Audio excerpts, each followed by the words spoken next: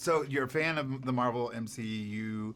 How did that affect you taking the job as well as your vision for what this film should be? Well, taking the job was easy because I just, my chance at making a superhero movie, was not coming around that often, So like when something like that appears and like, the universe, if you will, like gives you an opportunity like that, you should take it. And I just saw it as an opportunity to learn how to make bigger films and how to learn. So because I can easily go back to my small films because I've got those scripts that I'm going to keep working on. I'll do those. But the opportunity to go through this door into this world that's huge budgets and amazing actors, a chance to work with all these people, and to create something that was going to be a challenge for me was the thing that drew me towards it. Whenever I'm about to do a project and I feel nervous and that it might be the career ender for me, then I know it's a good move. And what about the vision of it? Did it? The vision, my vision originally was just make Thor the coolest character and make him the most entertaining character. Otherwise, don't call the film Thor. And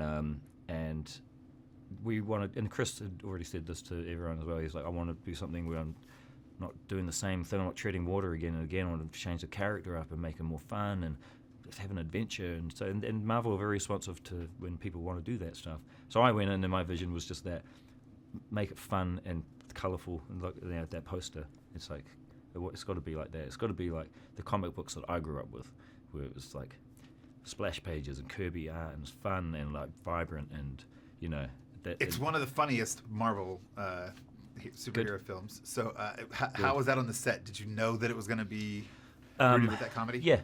Right from the beginning, like I know that they brought me in for my tone and for my sense of humour as well. So when we were writing this film and storylining and everything, and there were a lot of visual gags already wanted to get in there, and and we knew that they knew that I'd ad-lib on all my movies anyway. So we used the script as a kind of template. Mm-hmm. We do probably a version of that. We just pick out the lines that are vital for exposition, and then we do ad-lib to make it better. What's the single most important thing you want audiences to walk out of the theater with after seeing a Thor ticket stub, or two preferably. I want them to feel it.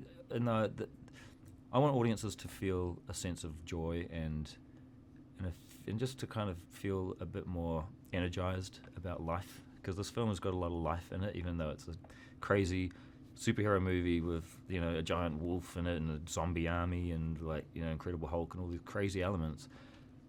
It's also a celebration of like life and energy, and in this time, I think it's nice for people to be able to go to and escape to a cinema and have an experience like that where they can laugh, and go and see it with their kids and laugh, and and that's for me like a perfect film at the moment. Yeah, the last question, and I want to get it right because I didn't write these questions. There was a lot of excitement around where you were filming this. Brisbane. Yeah. Brisbane. How exciting was that for you to be able to film? Because obviously that's...